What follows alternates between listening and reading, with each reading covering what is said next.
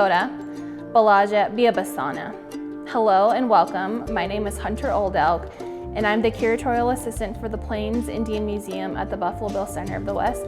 Thank you for joining us today. Don't forget to subscribe to our YouTube channel for more great content about the American West. Today I'm here to talk to you about the art of Robert Martinez, who is Northern Arapaho and Chicano from the Wind River Reservation here in Wyoming. Robert is a renowned artist and educator throughout Indian country. As an Arapaho artist, Robert is known for using vibrant colors, mixing shades of light and dark to create these very vibrant images of Arapaho people. When I first met Robert, it was here at the Plains Indian Museum, and we were doing a collaborative exhibition with him and his group called the Creative Indigenous Collective. I first saw Robert, and he was kind of this taller, very happy, laughing guy, has a very long braid. When I saw him, he was really sharp. Immediately I could tell that he was the type of man who loved to be an artist and loved to support artists in many different ways. From then, we created this long-standing relationship in 2017, and we've tried to bring him back at least once a year since then. Robert has joined us as artist in residence, doing gallery demonstrations, also providing visitors with a glimpse into his artist process, including how he starts and finishes many of his airbrushed pieces, to doing a series with him for the Wyoming Indian Education for All teachers as we help implement Wyoming Indian Education for All. So he's come in as a guest lecturer to many different times that he has stopped by and given us a glimpse into his process, but then also helping us as we curate and care for Arapaho pieces. So the three pieces I want to talk about are a recent commission that we created with Robert in 2020. The commission that we created with Robert is a 4-foot by 12-foot triptych, airbrush, and acrylic painting.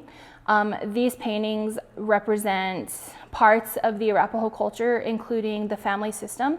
One panel is about the father. Another panel is a mother holding a child, and in the middle is a bison. And these are the elements of the Arapaho culture. What's really significant about these three pieces is, for one, the size. It's humongous, to the fact that Robert's artist process is just unbelievable. So for each panel, Robert does an airbrushing technique where he takes airbrushing acrylic and he starts to add layers that then create this depth and this beautiful imagery.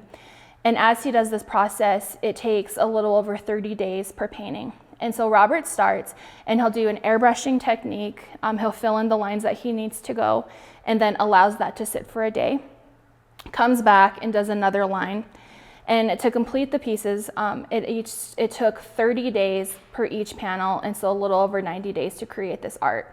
To say that is commitment to a piece is an understatement. So when we commissioned these pieces and they came to the Plains Indian Museum, we immediately said we have to put these up. They cannot go into vault storage. These pieces have to be shared with the world. Well, where do you put a 12-foot triptych in the Plains Indian Museum? So we got together and we started talking, and we decided that we had room in between two of our exhibition spaces in the Plains Indian Museum. So we cleared out the space and we were able to put up these pieces. When I say that they added depth and they added color to our exhibitions is an understatement. His pictorial art is a great representation of, talking about the experiences of person. He focuses a lot on portraiture.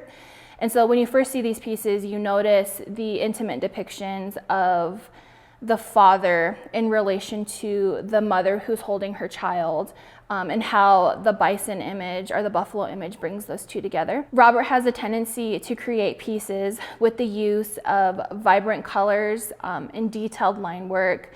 But then there are those soft parts of his pieces. You start to look at the way that he creates the facial structure. He gets the lines, he's able to see the aging in these people, and that's something that is really eye-catching. So Robert works in his studio on the Wind River Reservation here in Wyoming.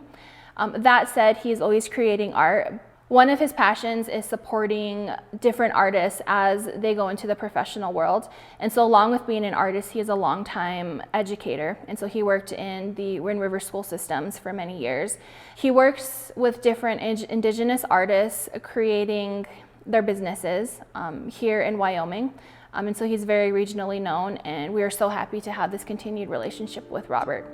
In the Plains Indian Museum, we've acquired 2 of his pieces, and we hope to continue our long-standing relationship with Robert and support him in any way that we can.